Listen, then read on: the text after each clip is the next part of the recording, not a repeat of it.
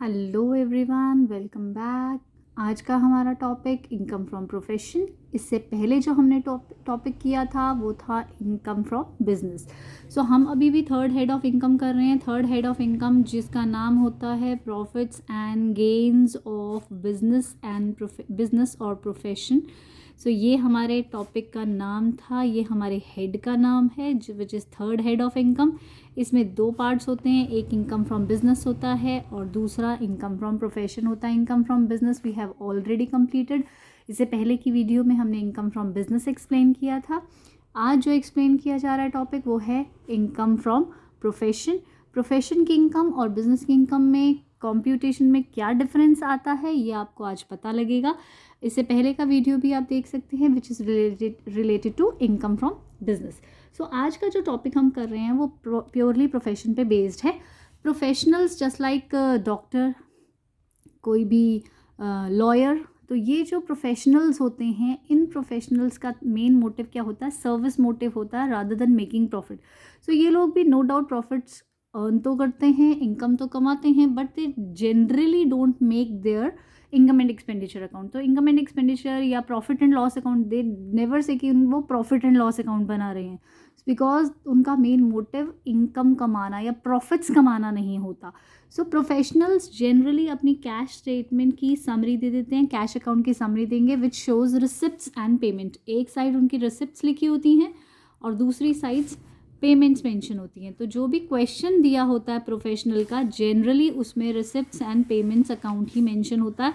एक तरफ वो आइटम्स लिख देते हैं जहाँ से पैसे आए और दूसरी तरफ लिख दिया जाता है पेमेंट कहाँ को पैसे गए। तो रिसिप्ट में से पेमेंट को माइनस करने के बाद कुछ बैलेंस बच जाता है और उससे ही हमें अपना क्वेश्चन सॉल्व करना होता है। सो जो भी प्रोफेशनल बनाता है उसके रिकॉर्ड में सबसे पहला अमाउंट जो होता है वो होता है to balance brought down. Balance brought down जो पिछले साल से अमाउंट आ रहा है, पिछले साल का बचा हुआ surplus we can see. So balance brought down उनकी फर्स्ट आइटम होती है। जनरली जो भी अमाउंट मेंशन है आपने क्या करना है, इसका सॉल्यूशन करते हुए क्या क्या चीज़ें ध्यान में देनी है, पहले सॉल्यूशन पे थोड़ा सा कंसंट्रेट करते हैं। So we will say computation of taxable income from business, right? Sorry, profession. अभी हम प्रोफेशन कर रहे हैं, so we would write computation of taxable income from profession for the assessment year. अभी आपका assessment year कौन सा चल रहा है? 22-23 with previous year 21-22। तो प्रीवियस ईयर 21-22 की इनकम पे हम लोग टैक्स लगा रहे हैं 22-23 में। सो हमने फोकस क्या करना है, हमें यहाँ पर ध्यान देना है, हमने सिर्फ प्रोफेशनल रिसिप्ट्स लेनी है। प्रोफेशनल रिसिप्ट्स मतलब वो रिसिप्ट्स विच आर कनेक्टेड और रिलेटेड विद प्रोफेशन, और उसमें से माइनस करना है सिर्फ और सिर्फ वही items which may be called as professional expenditure और पेमेंट्स या expenditure related with profession. I can say professional expenditure, right? So receipts में से एक्सपेंडिचर को माइनस कर देंगे and finally you will be getting income from profession. So simple is that. So बहुत ज़्यादा मुश्किल नहीं है, बहुत ही सिंपल टॉपिक है, आसान टॉपिक है, इसको हम आसानी से कर सकते हैं। मैं कुछ यहाँ पर आइटम्स लिख रही हूँ। सपोज पैसा कहाँ कहाँ से आया एक प्रोफेशनल के पास। प्रोफेशनल के पास पैसा आया लोन से। सपोज एक लोन लिया है प्रोफेशनल ने। लोन किस लिए लिया है? Let me right here, loan for personal purposes, right? मैंने कुछ पर्सनल पर्पस के लिए लोन लिया। प्रोफेशनल ने कहा कि यहाँ से मेरे पास पैसा आया। और कहाँ से पैसा आया? प्रोफेशनल में भी है डॉक्टर, चलिए एक डॉक्टर है तो डॉक्टर ने कुछ कंसल्टेशन फीस अर्न की है, कहीं से कंसल्टेशन की है and he is earning income from that consultation, तो यहाँ पर मेंशन की गई है। सपोज ही इज सेइंग कि मैंने मेडिसिन सेल की है, तो sale of medicine is different type of receipt, वो भी पैसे आए हैं। सो यहाँ पे हम रेवेन्यू रिसिप्ट्स भी लिख रहे हैं, कैपिटल रिसिप्ट्स भी लिख रहे हैं, whatever is a professional is getting, जो भी उसे मिल रहा है we are writing it here, हम उसे लिख रहे हैं। Suppose it may be visiting fees, visit किया और विजिटिंग फीस मिली उसे। It may be rent from house property. The professional is also having a house property in his name. उसके पास एक मकान संपत्ति भी है, उसका किराया भी उसे मिलता है। सपोज उसको कोई गिफ्ट्स मिले, कल भी हमने बिजनेस में भी गिफ्ट्स डील किए थे, गिफ्ट्स कहाँ से मिले, उसे अपने रिलेटिव से गिफ्ट मिले, गिफ्ट्स फ्रॉम रिलेटिव्स, और एक चलिए गिफ्ट कर लेते हैं गिफ्ट्स फ्रॉम क्लाइंट्स, अपने क्लाइंट्स से गिफ्ट मिले हैं, कस्टमर्स नहीं क्लाइंट्स से कहेंगे क्योंकि प्रोफेशनल है, is not a business person, so client से उसे गिफ्ट मिले। और क्या हो सकता है, suppose he is getting dividends और इंटरेस्ट, राइट, तो dividends on shares and interest on debentures भी उसके पास इनकम आई है, तो उसने कुछ सारी समरी अपनी प्लस साइड में दिखा दी कि मुझे ये इनकम जो है साल भर में रिसीव हुई है, ये मुझे रिसिप्ट्स मिली हैं। अब आपने क्या करना है, आपने यहाँ से वो सब आइटम्स को छांटना है जो आइटम्स आपको लगता है कि प्रोफेशन की इनकम है, प्रोफेशन के से कनेक्टेड रिसिप्ट है। सो प्रोफेशन से कनेक्टेड रिसिप्ट को आप पिक करेंगे and you would write it here, यहाँ पर आप प्रोफेशनल रिसिप्ट्स में उसे लिखेंगे। सो एक एक करके हम लोग इस आइटम्स को पिक करते हैं और यहाँ पर लिखना शुरू करते हैं। चलिए पहले रिसिप्ट साइड डील कर लेते हैं। बैलेंस ब्रॉट डाउन, कोई रिसिप्ट नहीं है, ये तो बैलेंस है जो बचा हुआ अमाउंट था। लोन फॉर पर्सनल पर्पसेस, कोई प्रोफेशन की रिसिप्ट नहीं है, प्रोफेशन से नहीं मिला तो इसको भी हम स्किप करेंगे। Consultation fees, we feel like कि ये जो कंसल्टेशन फीस है ये प्रोफेशन की रिसिप्ट है, प्रोफेशन से अर्न की गई इनकम है, सो ये कंसल्टेशन फीस मैं यहाँ पर लिख दूंगी, कंसल्टेशन फीस। तो जितनी भी कंसल्टेशन फीस है आपने यहाँ पर लिख देनी है। उसके बाद है sale of medicine, medicine sale करना, मेडिकल प्रैक्टिशनर है तो ये भी उसके प्रोफेशन की इनकम है, सो मैंने उसे यहाँ पे लिख दिया सेल ऑफ मेडिसिन, राइट। उसके बाद है आपके पास विजिटिंग फीस, डॉक्टर विजिट करता है और विजिट करके उसकी इनकम होती है, ये भी प्रोफेशनल रिसिप्ट है, तो मैंने इसे भी यहाँ पर लिख दिया विजिटिंग फीस। उसके बाद है आपके पास rent from house property, house property आपके प्रोफेशन से रिलेटेड नहीं है, वो तो हाउस प्रॉपर्टी हेड में जाएगा, वो प्रोफेशन की इनकम नहीं है, सो लीव इट, उसको छोड़ दीजिए, वहीं पर छोड़ दीजिए। गिफ्ट्स जो मिले, रिलेटिव से जो गिफ्ट मिले वो आपका पर्सनल मैटर है, वो बिजनेस से कनेक्टेड नहीं है, लेकिन जो क्लाइंट से गिफ्ट आपको मिल रहे हैं, सो क्लाइंट से गिफ्ट मिल रहे हैं, किस लिए मिल रहे हैं, प्रोफेशन की वजह से मिल रहे हैं, सो ये जो क्लाइंट्स के गिफ्ट हैं वो आप यहाँ पर लिखेंगे गिफ्ट्स फ्रॉम क्लाइंट्स, आपने यहाँ पर लिख दिए, जितना भी अमाउंट यहाँ पर गिवन होगा आप उसे यहाँ पर लिख देंगे। सो हमने क्या किया, प्रोफेशन की रिसिप्ट छाट रहे हैं। नेक्स्ट इज डिविडेंड्स, डिविडेंड्स किससे मिलता है, शेयर से मिलता है, और डॉक्टर है शेयर्स में डील नहीं कर रहा है, ये उसका प्रोफेशन नहीं है, इसको हम छोड़ देते हैं। Interest on debentures, again debentures में डील करना या उसका इंटरेस्ट कमाना उसका प्रोफेशन नहीं है, ही इज़ अ डॉक्टर, तो यहाँ पर उसे लीव कर देंगे। यहाँ पर वही आइटम्स हमने पिक की हैं जो प्रोफेशन से रिलेटेड थी, हमने वो आइटम्स को पिक किया, बैलेंस ब्रॉट डाउन पिक नहीं किया, loan for personal purposes pick नहीं किया, कंसल्टेशन फीस प्रोफेशन की रिसिप्ट थी, सेल ऑफ मेडिसिन प्रोफेशन की रिसिप्ट थी, विजिटिंग फीस प्रोफेशन की रिसिप्ट थी, ये हमने पिक की तीनों आइटम्स। हाउस प्रॉपर्टी की इनकम को हमने पिक नहीं किया क्योंकि वो प्रोफेशन नहीं है, वो हाउस प्रॉपर्टी की इनकम है। गिफ्ट्स जो रिलेटिव से मिले वो पर्सनल इशू है, लेकिन क्लाइंट से मिलना प्रोफेशनल इनकम मानी जाती है। डिविडेंड्स और इंटरेस्ट अगेन प्रोफेशन से रिलेटेड नहीं है तो वो पिक नहीं किए। सो हमने सिर्फ वो आइटम्स को पिक किया है जो जो प्रोफेशन से कनेक्टेड थी, right. So these are the items we have picked, क्योंकि यही चीज़ें हैं जो प्रोफेशन से रिलेटेड हैं, राइट। तो अब चलते हैं हम पेमेंट साइड में। पेमेंट्स कैसे कैसे हो सकती हैं, मान लीजिए कुछ मेडिसिन्स खरीदी हैं, मेडिसिन्स परचेज़ की गई हैं। अब मेडिसिन्स जो परचेज़ की हैं वो प्रोफेशन का खर्चा है या नहीं है, of course yes, he is a medical professional, so medical professional है, हम गए प्रोफेशनल एक्सपेंडिचर में, हमने यहाँ पर लिख दिया मेडिसिन्स परचेज्ड, मेडिसिन्स परचेज, मैंने यहाँ पर उसे मार्क कर दिया, एक नेगेटिव आइटम है क्योंकि माइनस में है, पेमेंट है, इट्स अ पेमेंट। उसके बाद उसने लिख दिया मिसलेनियस एक्सपेंसेस, छोटे मोटे खर्चे होते रहते हैं प्रोफेशन में, दैट्स ओके, इट्स ओके, वो प्रोफेशन का खर्चा होता है, सो प्रोफेशन का खर्चा है, आई would right it here professional miscellaneous expenditure, क्योंकि वो भी प्रोफेशन का खर्चा है। उसके बाद उन्होंने लिखा suppose motor car expenses, motor car के खर्चे किए। अब हमारे पास एक कन्फ्यूजन आ गई, मोटर कार का इस्तेमाल कैसे किया गया है, आप पर्सनल इस्तेमाल करते हैं या प्रोफेशन के लिए इस्तेमाल करते हैं।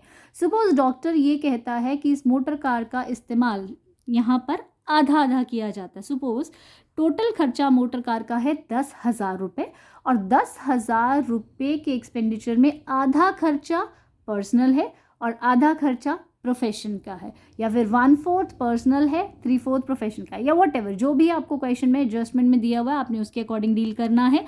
तो लेट मी से हियर, मैं एक एग्जांपल दे देती हूँ यहाँ पे। 60% सपोज प्रोफेशन से रिलेटेड है और 40% वो अपने घर के काम करता है, तो हाउस होल्ड एक्सपेंस है। तो 60% प्रोफेशन का है, 40% अगर हाउस होल्ड है, तो आपको यहाँ पे प्रोफेशनल पेमेंट लिखनी है।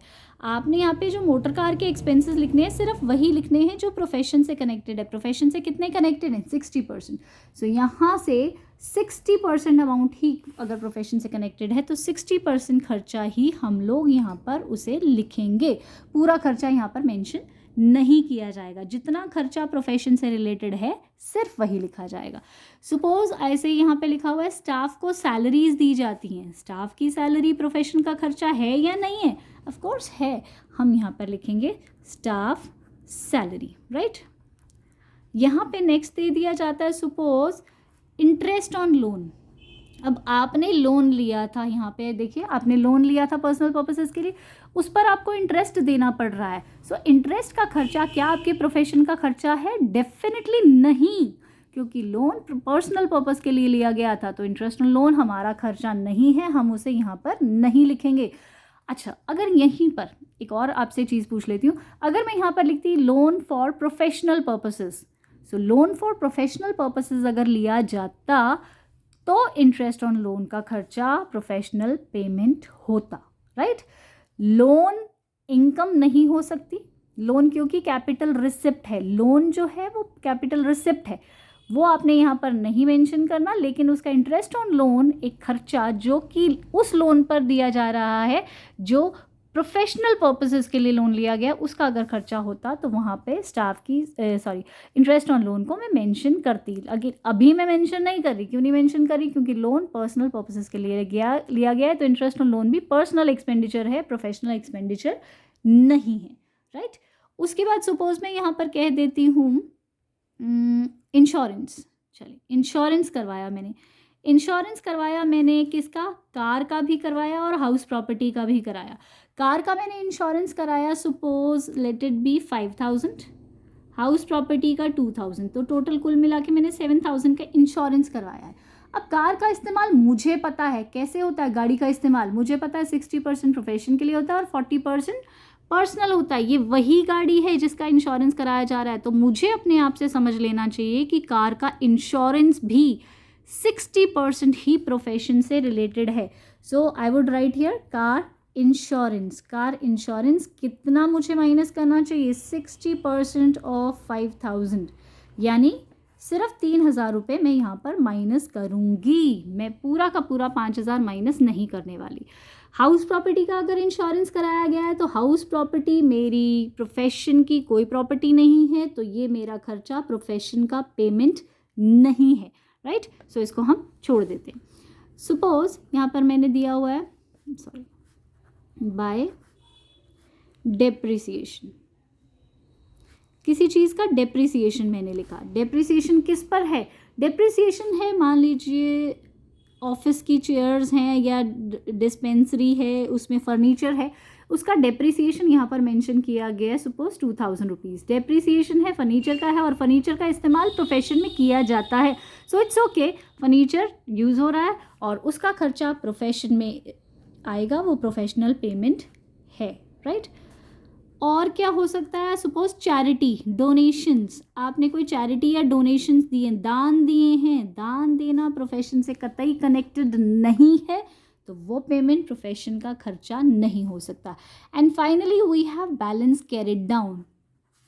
बैलेंस कैरी डाउन हो गया, बचा हुआ अमाउंट आ गया, उसका भी आपने कुछ नहीं करना। सो ओवरऑल जब भी आप प्रोफेशन को डील करेंगे तो आपको ध्यान क्या रखना है, किस तरीके से डील करना है।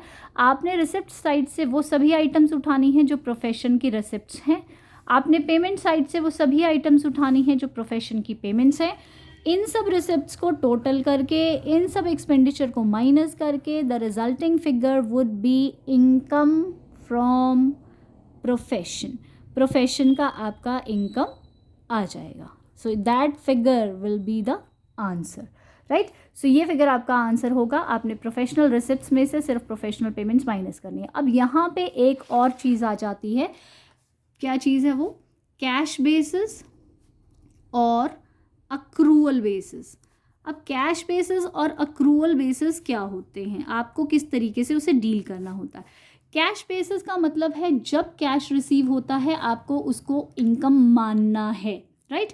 सपोज मैं यहीं पर इसी टाइप के एग्जाम्पल में एक बना लेती हूँ, एक receipt and payment account. Receipt and payment account में I am mentioning consultation fees. Consultation fees मुझे पता है मेडिकल प्रैक्टिशनर जो है उसकी इनकम होती है। सपोज मैंने क्या किया, last year, this year, next year, मुझे यहाँ पे 3 कंसल्टेशन फ़ीस दी हुई हैं। सपोज पिछले साल की कोई कंसल्टेशन फ़ीस इंसान आज देकर गया है।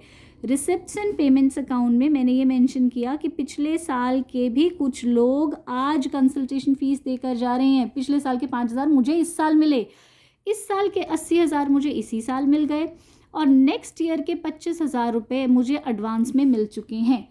अब जब मुझे अपना कॉम्प्यूटेशन करना होगा, computation of income from profession करना होगा, computation of taxable income from profession करना होगा, तो मुझे क्या करना है? जब मैं यहाँ पर प्रोफेशनल रिसिप्ट्स लिखूँगी, मेरे पास कहाँ कहाँ से प्रोफेशनल रिसिप्ट्स आई हैं, रिसिप्ट्स लिखूँगी, तो मुझे यहाँ पर ध्यान देना है कि आप एक्चुअली कौन सा बेसिस कर रहे हैं, कैश बेसिस कर रहे हैं या अक्रूवल बेसिस कर रहे हैं।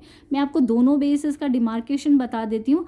अगर तो मुझे यहाँ पे लिखा होगा कैश बेसिस, आपको एक ही आएगा, मैं दोनों में डिवीजन बता रही हूँ लेकिन आपको एक ही आने वाला है।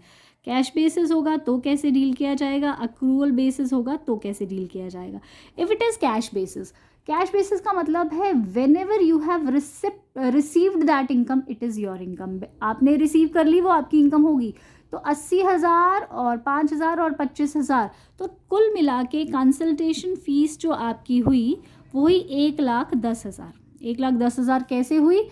5,000 लास्ट ईयर की, 80,000 इस ईयर की, 25,000 नेक्स्ट ईयर की। इन सबको आपने टोटल कर लिया और आपने कुल मिलाकर आपकी कंसल्टेशन फीस बोल दी 1,10,000।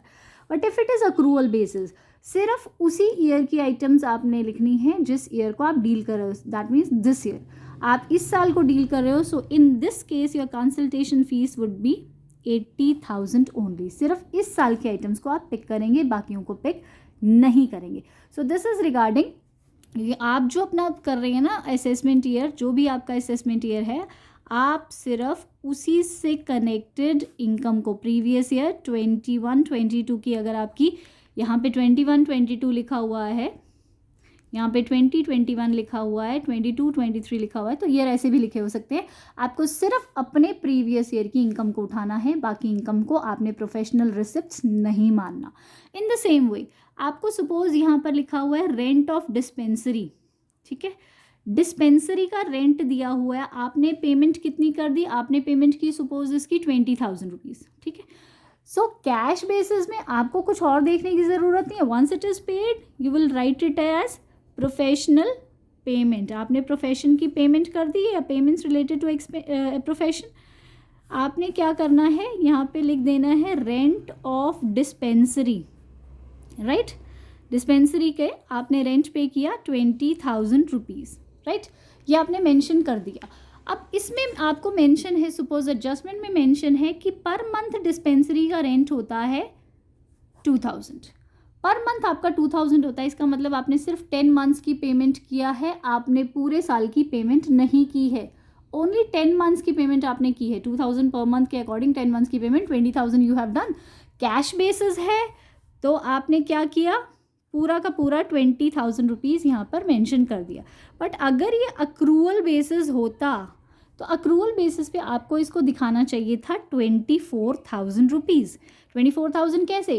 2,000 पर मंथ के हिसाब से पूरे साल भर का खर्चा आपका कितना बनता है? 24,000 रुपीज़। इन दैट केस आपका अक्रूवल बेसिस रन करेगा, राइट। ओके, जस्ट लाइक आपके पास दिया हुआ है यहाँ पर मेडिसिन्स परचेज्ड, आपने मेडिसिन्स परचेज की 50,000 रुपीज़ की, राइट। अगर तो आप कैश बेसिस कर रहे हैं तो आप मेडिसिन्स परचेज यहाँ पर लिखेंगे, मेडिसिन्स परचेज्ड आपने यहाँ पर लिखा, और आप कर रहे हैं कैश बेसिस, तो कैश बेसिस में मेडिसिन्स कितने की परचेज की गई, 50,000 मेंशन है, आपने सीधा सीधा 50,000 लिख दिया।